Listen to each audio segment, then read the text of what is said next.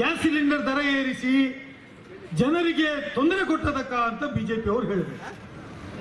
ಆಕ್ರೋಶ ಇರುವುದು ಕೇಂದ್ರ ಸರ್ಕಾರದ ವಿರುದ್ಧ. ಆದರೆ ಬಿಜೆಪಿ ಅವರಿಗೆ ರಾಜ್ಯದಲ್ಲಿ ಏನಾಗಿದೆ ಅಂದ್ರೆ ಅವರಿಗೆ ಸಮರ್ಥವಾದಂತಹ ನಾಯಕತ್ವ ಇಲ್ಲ. ಬಿಜೆಪಿಯಲ್ಲಿ ತೀರಾ ಗೊಂದಲಮಯ ಇದೆ.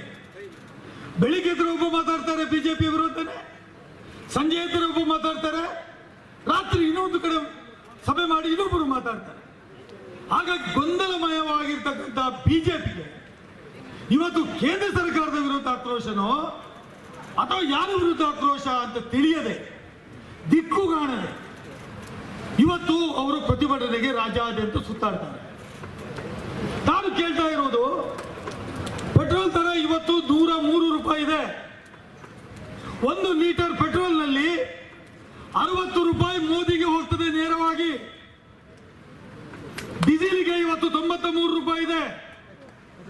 ಅದರಲ್ಲಿ 48 ರೂಪಾಯಿ ನೇರವಾಗಿ ಮೋದಿ ಅವರಿಗೆ ಹೋಗ್ತದೆ. ಗ್ಯಾಸ್ ಸಿಲಿಂಡರ್ ನಲ್ಲಿ 480 ರೂಪಾಯಿ ನೇರವಾಗಿ ಹೋಗ್ತದೆ. ಕೇಳುವ ಧೈರ್ಯ ಇದೆಯಾ ಬಿಜೆಪಿ ನಾಯಕರೇ? ಕೇಳುವ ಧೈರ್ಯ ಇದೆಯಾ ನಿಮ್ಗೆ? ಯಾರಾದ್ರೂ ಮುಂದೆ ನಿಂತು ಮೋದಿ ಅವ್ರ ಹತ್ರ ಹೋಗಿ ಬೆಲೆ ಏರಿಕೆ ಹಾಕಿದೆ, ನಮ್ಮ ಜನರಿಗೆ ತೊಂದರೆ ಆಗಿದೆ, ಬೆಲೆ ಏರಿಕೆಯನ್ನು ಕಡಿಮೆ ಮಾಡಿ ಅಂತ ಹೇಳ್ತಕ್ಕಂಥ ಧೈರ್ಯ ಬಿಜೆಪಿಯ ಕೋಟಾ ಶ್ರೀನಿವಾಸ್ ಪೂಜಾರಿಗಿದೆಯಾ, ರಾಘವೇಂದ್ರ ಯಡಿಯೂರಪ್ಪನವರಿಗಿದೆಯಾ, ಅಥವಾ ಬ್ರಿಜೇಶ್ ಚೌಟನಿಗಿದೆಯಾ, ಅಥವಾ ಬಿಜೆಪಿಯ ಯಾರಿಗಾದ್ರೂ ಸಂಸದರಿಗೆ ಇದೆಯಾ? 5 ಜನ ಮಂತ್ರಿಗಳಿದ್ದೀರಿ ರಾಜ್ಯದಲ್ಲಿ. ಹಿಂದೆ ಕಾಂಗ್ರೆಸ್ ಸರ್ಕಾರ ಅಧಿಕಾರದಲ್ಲಿ ಇರಬೇಕಾದ್ರೆ ಕೇಂದ್ರದಲ್ಲಿ ಇದೇ ಟಿ.ವಿ. ಸದಾನಂದ ಗೌಡರು, ಇದೇ ಶೋಭಾ ಕರಂದ್ಲಾಜೆ ಅವರು ಏನು ಗ್ಯಾಸ್ ಸಿಲಿಂಡರ್ ಹೊತ್ತುಕೊಂಡು ಹೋಗೋದು ರಸ್ತೆಯಲ್ಲಿ, ಅಲ್ಲಿ ಹೋಗಿ ಬೆಂಕಿ ಇಟ್ಟು ಚಾ ಕಾಫಿ ಮಾಡಿ ಅಣಕು ಮಾಡ್ತಾ ಇದ್ದೀರಲ್ಲ ಶೋಭಾ ಕರಂದ್ಲಾಜೆ ಅವರೇ, ಬಿಜೆಪಿ ಕಾರ್ಯಕರ್ತರೇ, ಈಗ ಎಲ್ಲಿದ್ದೀರಿ ನೀವು? ಯಾಕಾಗಿ ಮಾತಾಡಲ್ಲ ನೀವು? ಇವತ್ತು ಬೆಲೆ ಏರಿಕೆಗೆ ಮೂಲ ಕಾರಣ ಏನು ಅಂದ್ರೆ ಪೆಟ್ರೋಲ್ ಡೀಸೆಲ್ ದರ ಏರಿಕೆ, ಗ್ಯಾಸ್ ಸಿಲಿಂಡರ್ ದರ ಏರಿಕೆ. ಇವತ್ತು ಬಿಜೆಪಿಯ ಶಾಸಕರು ನಮ್ಮ ವಿಧಾನ ಪರಿಷತ್ತಲ್ಲಿ ಬಹಳ ಜನ ಮಾತಾಡ್ತಾರೆ. ಮಾತಾಡುವಾಗ ಹೇಳಿಕೊಟ್ಟು ನಿಮ್ಮ ಗ್ಯಾರಂಟಿ ನಮ್ಮದು ಲಗಾಡಿ ತೆಗೆಯಿತು ಅಂತ. ಯಾಕೆ ಅಂತ ಕೇಳಿದ್ರೆ, ಇಲ್ಲ ರೀ, ಅದು ಒಳ್ಳೆ ರೀತಿ ಇಂಪ್ಲಿಮೆಂಟ್ ಆಯಿತು, ವ್ಯವಸ್ಥಿತವಾಗಿ ಜನರಿಗೆ ಸಿಕ್ಕಿತ್ತು, ಹಾಗಾಗಿ ನಮ್ಮಲ್ಲಿ ಜನ ಮಾತಾಡಲಿಕ್ಕೆ ಕೇಳೋದಿಲ್ಲ, ನಮ್ಮ ಪಕ್ಷದ ಕಡೆ ಜನ ರೈತರು ಮುಖ ಮಾಡಲ್ಲ ಅಂತ ಮಾತನ್ನ ಹೇಳ್ತಾರೆ. ಯಾಕೆ ಅಂದ್ರೆ ಇವತ್ತು ಆಕ್ರೋಶ ಯಾರ ಬಗ್ಗೆ? ಬಿಜೆಪಿಯವರ ಆಕ್ರೋಶ. ನಾನು ತಿಳಿದಂತೆ ನಿಮ್ಗೆ ನಾವು ಗ್ಯಾರಂಟಿ ಕೊಟ್ಟಿದ್ದೇವಲ್ಲ, 57,000 ಕೋಟಿ ರೂಪಾಯಿ ಮನೆಯಲ್ಲಿ ಕೂತಂತ ಹೆಣ್ಣು ಮಕ್ಕಳಿಗೆ, ರೈತರಿಗೆ, ಬಡವರಿಗೆ, ಕಾರ್ಮಿಕರಿಗೆ ಕೊಟ್ಟಿದ್ದೇವಲ್ಲ, ಅದು ಹೊಟ್ಟೆ ಹುರಿ ನಡೀತಾ ಇದೆ. ನೀವು ಅದನ್ನು ನಿಲ್ಲಿಸ್ತೇನೆ ಹೇಳಿ, ನಾಳೆಯಿಂದ ಬಿಜೆಪಿ ಅವರು ನಿಮ್ಮ ರಗಳಿಗೆ ಬರೋದಿಲ್ಲ. ಯಾವ ಆಕ್ರೋಶನೂ ಇಲ್ಲ ಅವರಿಗೆ. ಅವರಿಗೆ ಆಕ್ರೋಶ ಬಡವರಿಗೆ ಸವಲತ್ತು ಸಿಗಬಾರ್ದು. ನಾನು ಕಾಂಗ್ರೆಸ್ ನಾಯಕ, ಬಿಜೆಪಿ ನಾಯಕರಿಗೆ ಕೇಳಲಿಕ್ಕೆ ಬಯಸ್ತಾ ಇದ್ದೇನೆ, ಯಾವುದಾದ್ರೂ ಒಂದು ಯೋಜನೆ ರಾಜ್ಯದ ಜನತೆಗೆ, ಬಡವರಿಗೆ ನೇರವಾಗಿ ಸಿಗುವಾಗಿ ನೀವೇನಾದರೂ ಕೊಟ್ಟಿದ್ದಿದ್ರೆ ಈ ವೇದಿಕೆಯಲ್ಲಿ ಬಂದು ಹೇಳಿ. ಎಲ್ಲವೂ ಮೋಸದ ಪರಮಾವಧಿ. 15 ಕೋಟಿ 15 ಲಕ್ಷ ಇಲ್ಲ, ಜನ್ಧನ್ ಇಲ್ಲ, ರೈತರ ಬೆಲೆ ದ್ವಿಗುಣ ಇಲ್ಲ, 2 ಕೋಟಿ ರೂಪಾಯಿ 2 ಕೋಟಿ ಉದ್ಯೋಗ ಪ್ರತಿ ವರ್ಷ ಇಲ್ಲ, ಯುವಕರಿಗೆ ಕಾರ್ಖಾನೆಗಳಿಂದ ಉದ್ಯೋಗ ಸೃಷ್ಟಿ ಮಾಡ್ತಾರೆ ಇಲ್ಲ, ಬಡವರ ಪರವಾಗಿ ಇಲ್ಲ, ಕಾರ್ಮಿಕರ ಪರವಾಗಿ ಇಲ್ಲ. ಯಾವ ಯೋಜನೆಯೂ ಬಿಜೆಪಿ ಸರ್ಕಾರ ಜಾರಿಗೆ ತಂದದ್ದಿಲ್ಲ. ಅವರು 5 ವರ್ಷಗಳ ಕಾಲ ಅಧಿಕಾರದಲ್ಲಿ ಇದ್ರು.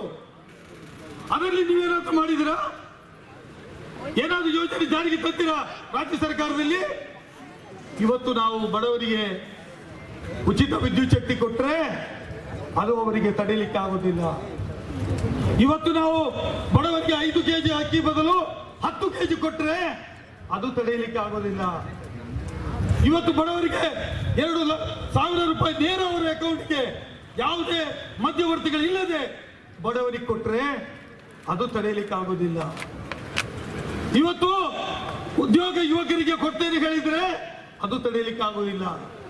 ಮಹಿಳೆಯರಿಗೆ ಬಸ್ಸಿನಲ್ಲಿ ಹತ್ತಿ ಆಧಾರ್ ಕಾರ್ಡ್ ತೋರಿಸಿ ಎಲ್ಲಿ ಬೇಕಾದ್ರೆ ಇಳಿಬಹುದು ಅಂತ ಹೇಳುವ ಸೌಕರ್ಯ ಮಾಡಿಕೊಟ್ರೆ ಅದು ಬಿಜೆಪಿ ಅವರಿಗೆ ತಡೆಯುವುದಿಲ್ಲ. ಅವರ ಆಕ್ರೋಶ ಬಡವರ ಪರ, ರೈತರ ಪರ, ಯುವಕರ ಪರ, ಕಾರ್ಮಿಕರ ಪರ ಮತ್ತು ಸಾಮಾನ್ಯ ಜನರ ವರ್ಗದ ಪರ ಅಂತ ಹೇಳುವುದನ್ನ ತಾವು ತಿಳಿದುಕೊಳ್ಳಬೇಕಾಗ್ತದೆ. ಹಾಗಾಗಿ ಈ ಯಾತ್ರೆ ಇವತ್ತು 2 ಕಿಲೋಮೀಟರ್ ನಡ್ಕೊಂಡು ಬಂದಿದ್ದೇವೆ. ಯಾಕೆ ಬಂದಿದ್ದೇವೆ ಅಂದ್ರೆ ನಾವು ಜನರ ಪರವಾಗಿದ್ದೇವೆ. ನಾನು ಗೋಪಾಲ್ ಪೂಜಾರಿ ಅವರಿಗೆ ಅಭಿನಂದನೆ ಸಲ್ಲಿಸ್ತೇನೆ.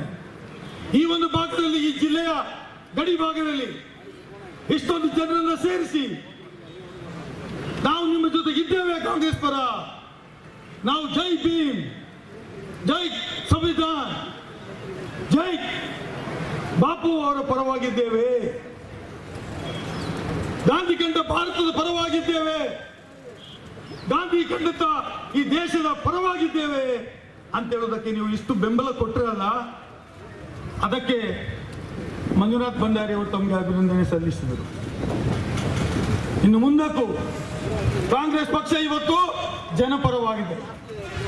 ಇವತ್ತು ಬಿಜೆಪಿ ಅವರಿಗೆ ಶಾಂತಿ ನೆಮ್ಮದಿ ಬೇಡ, ಸೌಹಾರ್ದತೆಯ ಜೀವನ ಬೇಡ, ಪ್ರತಿಯೊಂದಕ್ಕೂ ಘರ್ಷಣೆ, ಪ್ರತಿಯೊಂದಕ್ಕೂ ವೈಭವೀಕರಣ, ಜಾತಿ ಧರ್ಮವನ್ನು ಎತ್ತಿಕಟ್ಟಿ ಅದರ ಮೂಲಕ ಬಿಜೆಪಿ ಅಧಿಕಾರಕ್ಕೆ ಬಂದಿರ್ತಕ್ಕಂಥದ್ದು.